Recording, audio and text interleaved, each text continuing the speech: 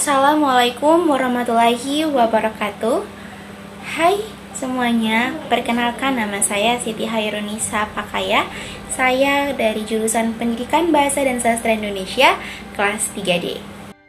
Selamat bertemu lagi anak-anak hebat. Seperti yang telah kita ketahui bersama bahwa materi dalam pembelajaran bahasa Indonesia, kalian selalu menemukan kompetensi dasar untuk membaca buku atau disebut KD literasi. Semoga kalian tetap bersemangat untuk belajar pada hari ini. Pada KD sebelumnya, kita telah mengidentifikasi butir-butir penting dari 2 buku non-fiksi. Dan pada KD kali ini, kita akan membahas materi tentang butir-butir penting dari 2 buku non-fiksi. Yang pertama yaitu pengertian non-fiksi. Nah, non-fiksi ini, teman-teman, merupakan karangan yang dibuat berdasarkan fakta atau hal yang benar-benar terjadi dalam kehidupan nyata. Non-fiksi bersifat faktual atau peristiwa yang benar-benar terjadi dalam kehidupan sehari-hari kita. Nah, selanjutnya kita beralih pada jenis-jenis buku non-fiksi. Yang pertama yaitu buku biografi. Nah, buku biografi adalah buku yang berisi riwayat hidup seseorang. Yang kedua yaitu buku pendamping. Buku pendamping adalah buku yang berfungsi untuk mendampingi buku utama. Biasanya buku pendamping disebut pula buku pengayaan. Jadi buku pendamping biasanya ditulis setelah ada buku utama. Yang ketiga yaitu buku literatur. Nah, buku literatur adalah buku yang difungsikan sebagai rujukan kajian keilmuan. Dan yang keempat, buku motivasi. Nah, buku motivasi ini adalah buku yang berisi kajian psikologis untuk membantu membangkitkan gairah atau semangat pembacanya. Selanjutnya kita beralih pada ciri-ciri buku non-fiksi. Nah, buku non-fiksi ini memiliki ciri-ciri sebagai berikut. Yang pertama adalah menggunakan bahasa yang formal. Ciri ini adalah ciri yang paling menonjol dari segi penulisnya. Buku non-fiksi disampaikan dengan menggunakan bahasa formal sesuai dengan bahasa yang baik dan benar. Dan yang kedua adalah sifat kata yang digunakan denotatif. Kata denotatif maksudnya adalah kata yang mengandung makna sebenarnya.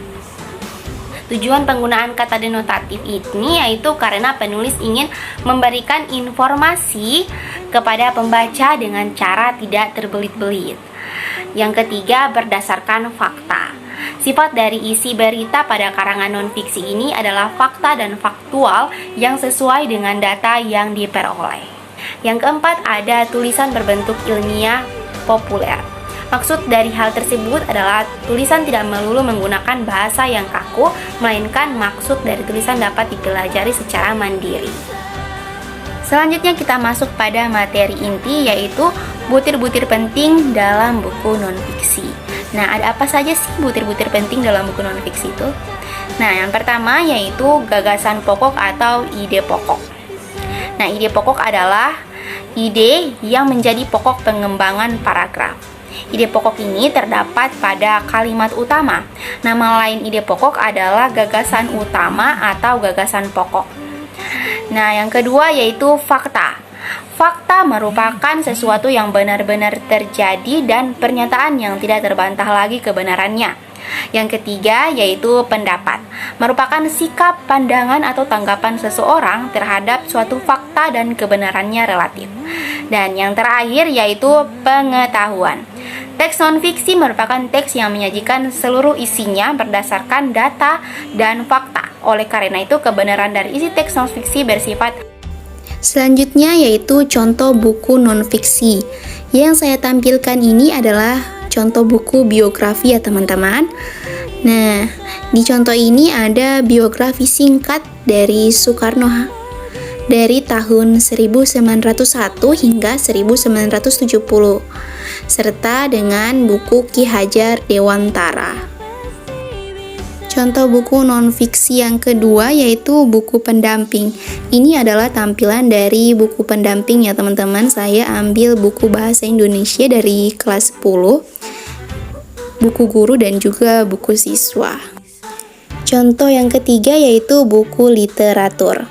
Nah, seperti yang sudah saya jelaskan sebelumnya teman-teman, buku literatur adalah buku yang difungsikan sebagai rujukan kajian keilmuan.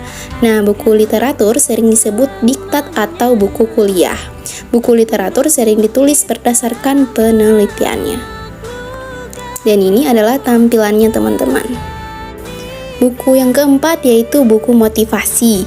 Nah, buku motivasi ini yaitu membangkitkan gairah kalian atau semangat kalian untuk membaca buku. Dan di dalam buku motivasi tentu saja banyak motivasi-motivasi yang akan membuat kalian itu harus bersemangat lagi menjalani hidup, belajar, dan lain sebagainya.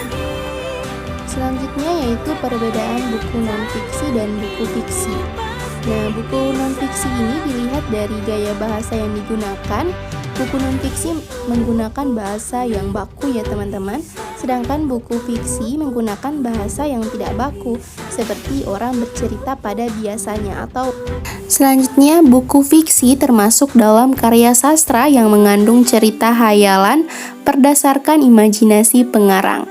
Sedangkan buku non-fiksi merupakan jenis buku dengan informasi yang benar atau sesuai fakta di kenyataan. Dan buku non-fiksi ini tidak bisa ditambah dengan imajinasi.